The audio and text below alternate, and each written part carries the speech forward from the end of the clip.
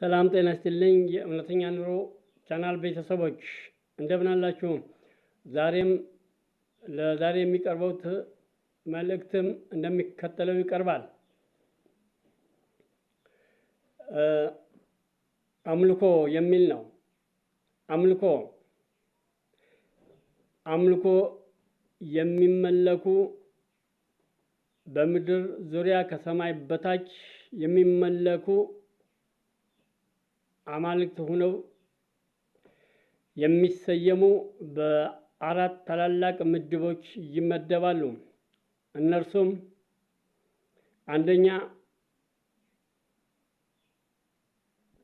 አንደኛ እውነተኛ አምልኮ፣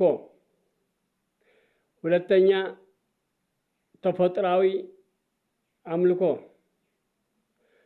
ሶስተኛ ሰው ሰራሽ አምልኮ፣ አራተኛ ተፈጥሯዊና ሰው ሰራሽ የሆኑ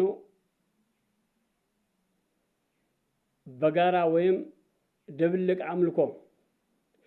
እነዚህ አማልክት የተባሉ ከሰማይ በታች በምድር ዙሪያ ያለፈ ትውልድ፣ ያለም ትውልድ፣ የሚመጣም ትውልድ የሚያመልካቸው አማልክት የተባሉ የነበሩ ያሉ የሚመጡትም በየዘመናቱ በየትውልዱ የሚነሱ አማልክት ተብለው በየአካባቢው እንደ ባህሉ እንደ ልማዱ የሚያመልካቸው አማልክት ከአራት ምድብ ውጪ የሚባል ሌላ የሚመለክ የለም።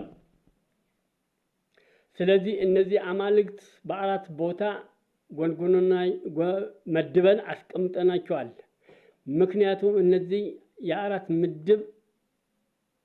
ከአራት ምድብ ውጭ ሌላ አምላክ ወይም አምልኮ የሚቀርብ ወይም የሚቀበል ወይም የአምልኮ ስነ ስርዓት የሚባል የለም።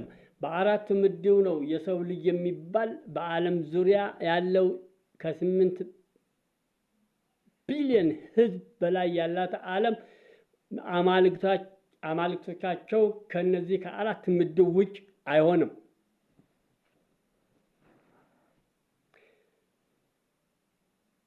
ሰላም ጤና ይስጥልኝ። ይህንን በእያንዳንዱ ተሸንሽነው ይቀርባሉ። አንደኛ እውነተኛ አምላክ፣ ሁለተኛ ተፈጥሯዊ፣ ሶስተኛ ሰው ሰራሽ፣ አራተኛ ተፈጥሯዊና ሰው ሰራሽ በአንድ አዋህደው